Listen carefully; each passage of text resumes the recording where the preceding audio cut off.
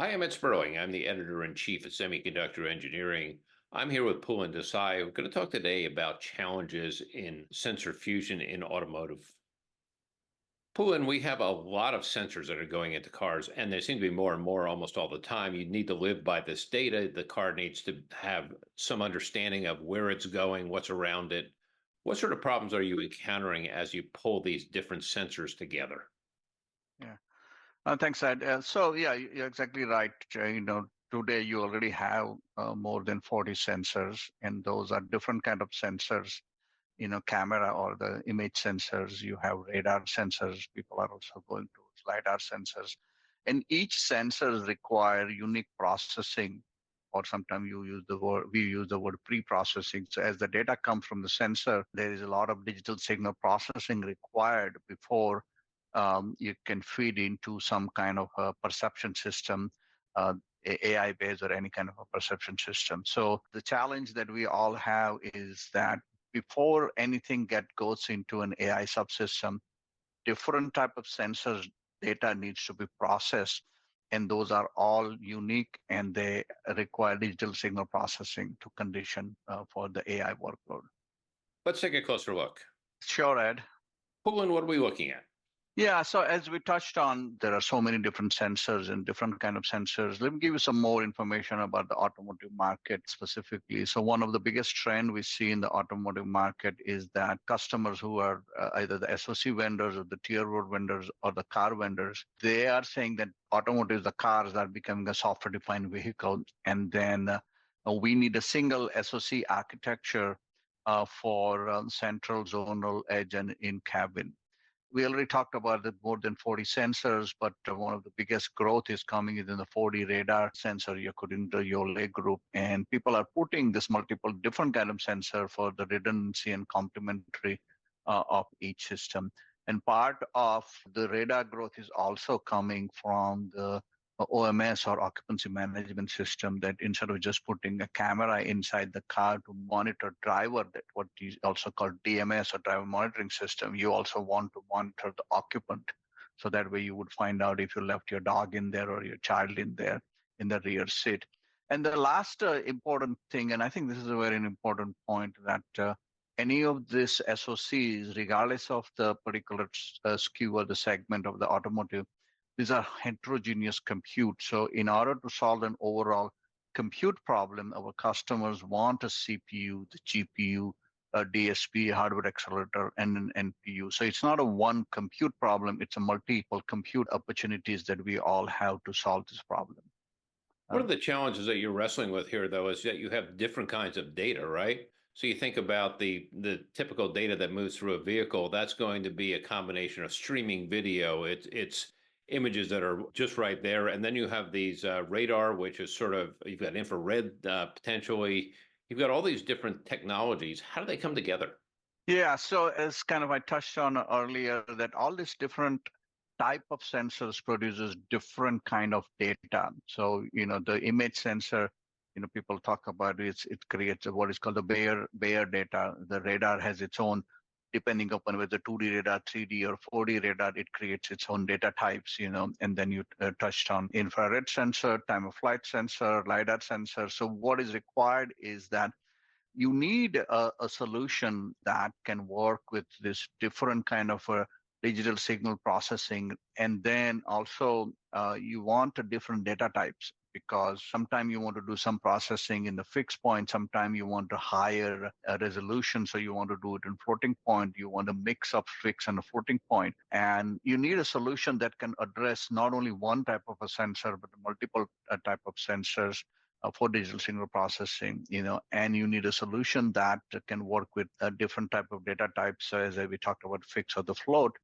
And then you have a complex data types, because you when you are doing a radar processing, it's like a communication machine, that you need ability to do a complex fixed point processing or complex floating points processing. So these are the type of processing you would need in order to make sure that all sensors data are processed and then provided to a unit that will get for the vision case and RGB data, for the radar case of what is called point cloud data. And then you may want to do some processing on that and then you will do some AI on those data types. You mentioned 4D sensing. What is that? This slide particularly talks about the evolution of radars, right? So when we use the radar, 2D radar, you had basically what is called azimuth or the horizontal angular information, and then the relative velocity called Doppler. So everybody uses azimuth and Doppler. And then we went to the 3D side, what is called a range or a relative distance. And now the fourth thing is a vertical angular information or elevation. So if the car is going underneath a bridge, then it knows how high the bridge is. So that gives you the four different dimensions, right? The azimuth, Doppler, range, which is relative distance, and elevation, which is a vertical angular information. That makes it four dimension. But then what is happening with a newer radar, the richness of this data. So you have a higher field of view, you have a higher angular resolution, and you are getting the data that is very close to what is called a 3D camera, or a stereo camera. And by doing that, now you are bringing the resolution of radar closer to the camera, but now you have increased the data because it's a rich data. Now you need much more processing. Plus, what is happening in the radar in the 4D imaging, especially the front radar, is that you want to go to a longer distance to detect all this 3D information, and that means we use the word called bigger data cube. So it's just like your camera has a higher resolution. The word that's used in the imaging radar is a bigger data cube to do the processing. So that basically translates into requirement for a higher processing for digital signal processing chain that we talked about earlier. This is really where you get into the 360 degree surround view, right? Where you can actually see what's around the car. Right. So that's exactly correct. So, I mean, you have a front camera, you have a side camera, you have a rear view camera, and then you get the 360 view. But now, as you have this big LCD panel in the car for some of the cars that you see, you are seeing actually a 3D view of the object surrounding you, right? So if you have a big truck, you should be able to see the big truck view. You have a cyclist, you want to be able to see that view, right? And how do you really get this information? By looking at with your eyes, right, which are your different sensors. You are seeing that on the screen, but essentially the machine is seeing the surrounding with it. But it's 3D data, right? That's what we are talking about. This is an enormous amount of data that needs to be processed, and it all needs to be processed very quickly, right? Absolutely, and I think this is where the trick comes in, right? That's this. If we go back to the whole debate about the processing on devices or on the edge versus processing in the cloud, right? I mean, there's tremendous data that's coming in, so you need each endpoint and each unit that processes those sensors, ability to process the data in real time, whatever frame rate that you are getting, and then sending that data from sensor to the central compute unit. So you need those to be in a low latency. And then obviously your AI has to be able to process that and make a split second decision, right? And this is where you don't want to send it to the cloud. You're doing all the local processing for everything that you have collected with all the eyes you have surrounding the car. So absolutely correct. So you've got your typical PPAC type of balance here. You've got the performance side, you've got power where it has to run within a certain power budget, but you also have to get this down to a cost that is reasonable. How do you do that? Yeah. So you hit correctly. I mean, that we in the IP business call it the PPA, power, performance, and area, right? So coming back to that original point that I made about heterogeneous environment, that you have a CPU, GPU, DSP, hardware accelerators, and an NPU. So what you're looking for is a balanced architecture, right? That thing that are good for CPU, you use that for that. Something for GPU, you use it for that. Because essentially, you can take any algorithm and you can run it on a CPU, but that's not going to give you the most efficient, energy efficient machine, or you have to put so many cores. A similar way in the DSP standpoint, what happens is that you can put a digital signal processor which is programmable, but then if you know that certain things can be moved to a hardware accelerator, just like in an NPU, you have certain things you move it on hardware accelerator. You can do the same thing for the digital signal processing for the radar, and that like a FFT is the biggest workload. So why not move certain FFT in a hardware accelerator? So what you end up doing is a programmable architecture, GPU, and then the DSP, which is efficient in the signal processing, and then thing that you can move it to the hardware accelerator. You can move that in the hardware accelerator and then create what you call a balanced architecture, heterogeneous architecture, and gives you the best power, performance, and area solution. And obviously you have to meet the when we use the word performance, but really it's a throughput requirement because as earlier we talked about it, is that you want to do processing of all these large sensors and large amount of data within the certain time, right? Before you have to make a decision whether the car should actually change the lane or not. That's a split second decision, right? So absolutely, I think all these things, our SoC architecture person is considering at our customer, whether the SoC customer or the tier one customer or the car customer.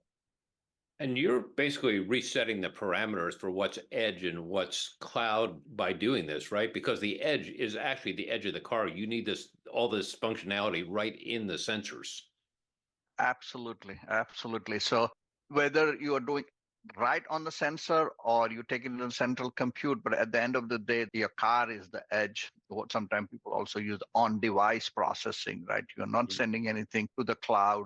Again, depending on the car architecture, you may use some data regarding the map to do certain things, but that is different. This is just sensor data that's coming, and you want to utilize the data in real time and make the real time decision based on that rather than waiting for some connectivity or some in a round trip latency.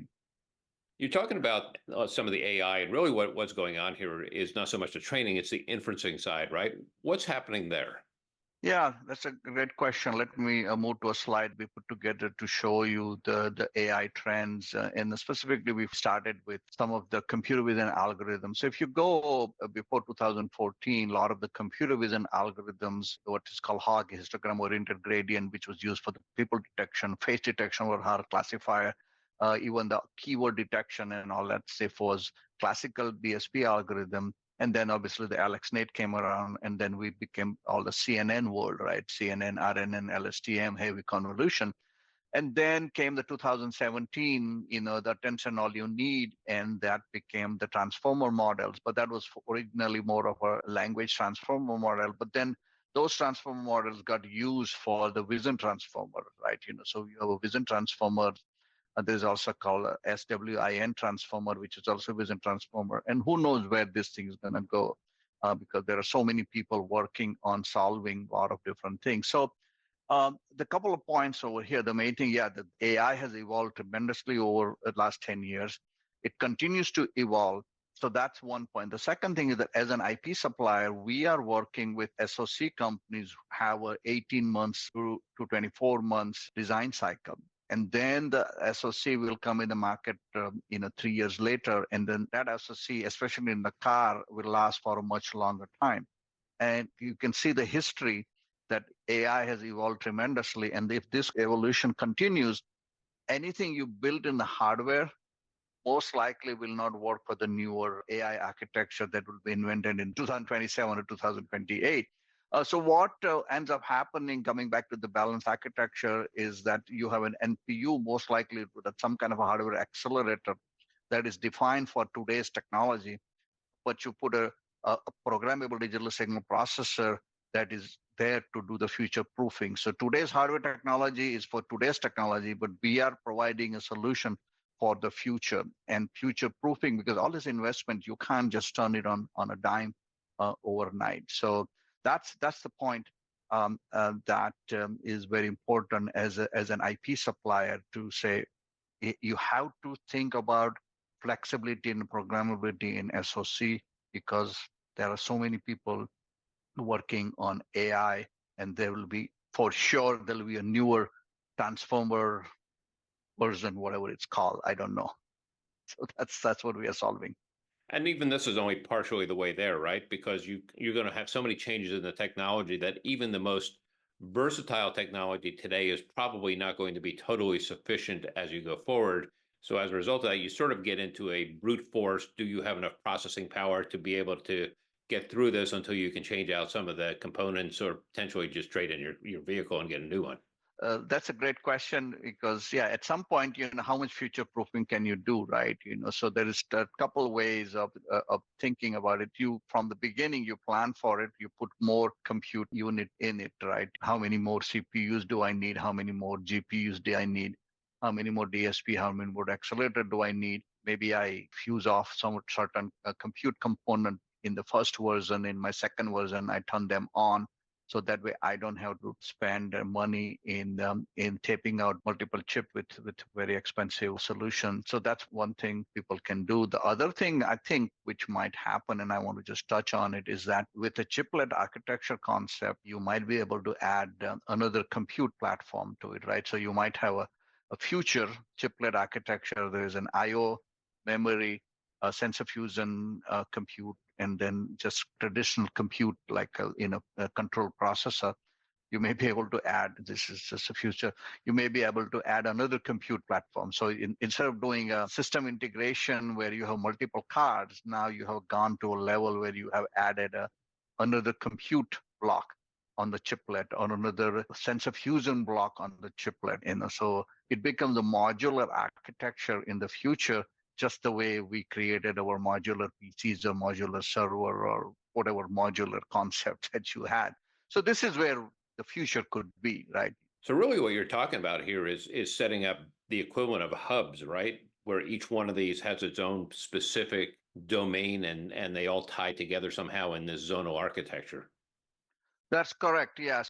So let me show you this slide. And I touched on earlier that you people will create a modular architecture. You call it a chiplet. And in that, you will have a CPU complex or the CPU hub, the sensor hub, IO hub, and a memory hub. And it will all depend on what problem are you trying to solve. But essentially, this type of a hub architecture you will create. And then when we specifically focus on sensor hub, it could be a domain-specific DSP, domain-specific accelerator, NPU, and things like that. On the CPU complex, you might have a lot of ARM controller, you might have a safety system on it, and then in order to get to the next level of performance, you might put more CPU complexes up there, or you might put more sensor fusion hub there. The future vision could be the similar to as we added more, you had the one main card and then you added different line card to increase the capacity, or on the server you added more CPU board to increase the capacity because you don't know how big the capacity you would need. But now you'll do at a chiplet level. So that's the vision that could be the future, how all this thing can work out for the higher performance need for the future, and how do you make it future proof. What about all the software? Because all of this has to be tightly integrated with the hardware, even more so than you typically did in the past, right? Yeah, let me show you a slide because we when we think about providing IP, we think about providing complete software stack. This particular slide shows it on the bottom. You see a lot of IDMAs and the memory managers and XRPs, remote procedure calls. So as an offload engine, how does it from the main controller it can talk to our DSP, but then also you might have a real-time OS running on it. But I think the most important part is that our customers may program in C, C++, or OpenCL, and then there is an AI side of it. For all of these things, we provide a very highly optimized libraries to get the performance out. So computer vision library, SLAM library, radar library, and then obviously is the most important. The AI workflow is more important that our customer will develop their AI workflow using ONNX, TensorFlow, PyTorch, and we have a compiler called NeuroView, and that compiler can create a highly optimized code using our neural network library to get the best performance out of our digital signal processor and our NPU, or the combination of digital signal processor plus NPU, and also chooses the right data types needed. If you want to run something in the fixed point data type, then it will do that. If you want to run something floating point data type, it will do that, and you want to do that because sometimes the performance is important, sometimes accuracy is important, so those are all the dials that all the knobs you can turn on in order to get the best performance out of digital signal processing. And this allows our customer and our customers to do a fast time to market, right? Otherwise, programming overall solution is not that simple. But these are all the components we provide to make their life easy.